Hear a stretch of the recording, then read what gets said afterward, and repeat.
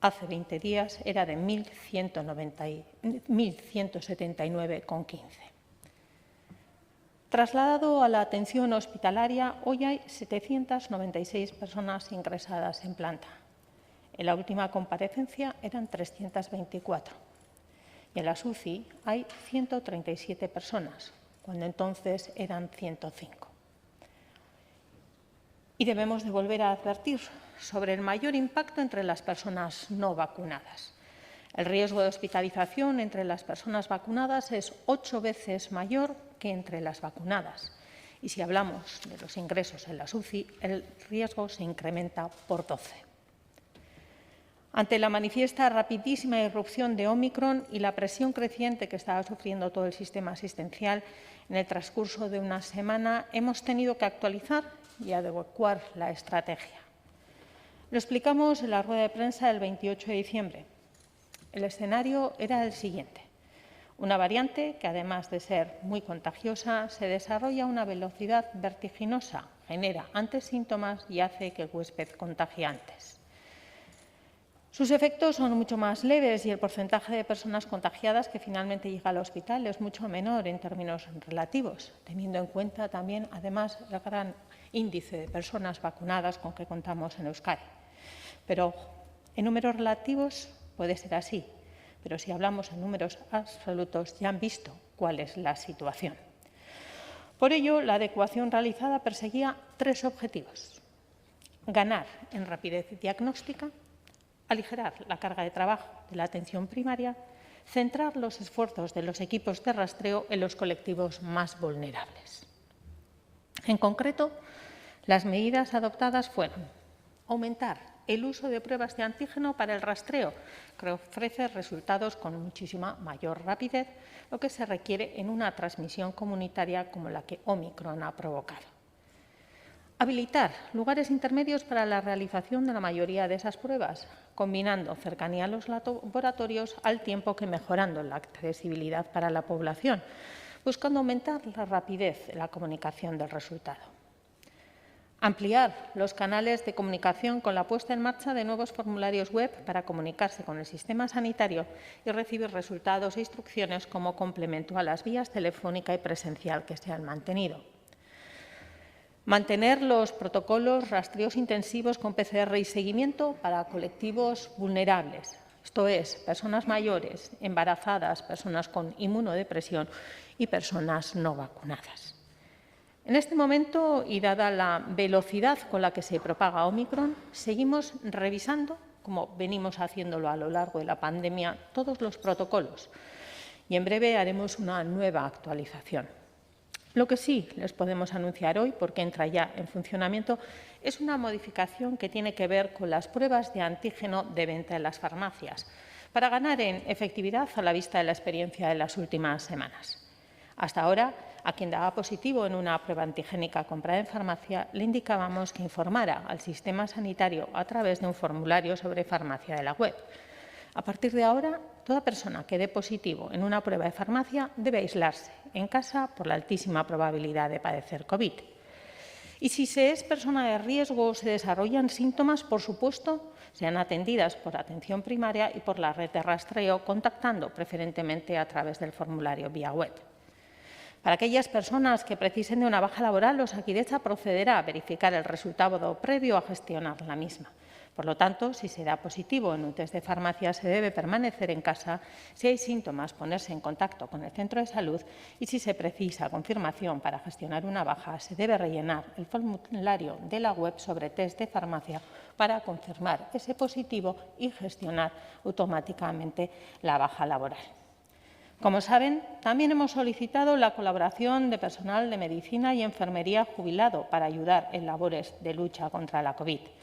Hasta el pasado jueves se habían sumado 129 personas, 56 facultativos, facultativas y 76 personas de enfermería. Personas que además tendrán su reconocimiento y gratificación por su trabajo, pero a las que agradecemos su disposición a colaborar con el sistema de salud en estos momentos. La evidencia científica, la experiencia adquirida en estos días, más la que nos trasladan expertos de otras comunidades y países, aconsejan que los esfuerzos se centren en quienes desarrollan síntomas y entre esas personas en quienes padecen síntomas graves o son personas vulnerables. Recordemos, personas mayores, mujeres embarazadas, personas con inmunodeficiencias o con patologías previas que pueden agravarse a causa de la COVID. Esto es lo que se pretende con las nuevas adecuaciones de la sistemática de seguimiento de los casos positivos de la pandemia. La vacunación se está mostrando efectiva en la medida que evita que las consecuencias del contagio sean más graves. No quiero ni pensar lo que sería esta sexta ola sin el porcentaje de personas vacunadas que tenemos en Euskadi. Por eso, debemos considerar que la marcha de la vacunación es una buena noticia. Asteburuko datuak gorkotu barik, hauek dira zenbakiak. Sendotze dosia duten 80 urtetik gorako pertsonen ehunekoa da 93,8%. 60 urtetik gorakoena 88,8%.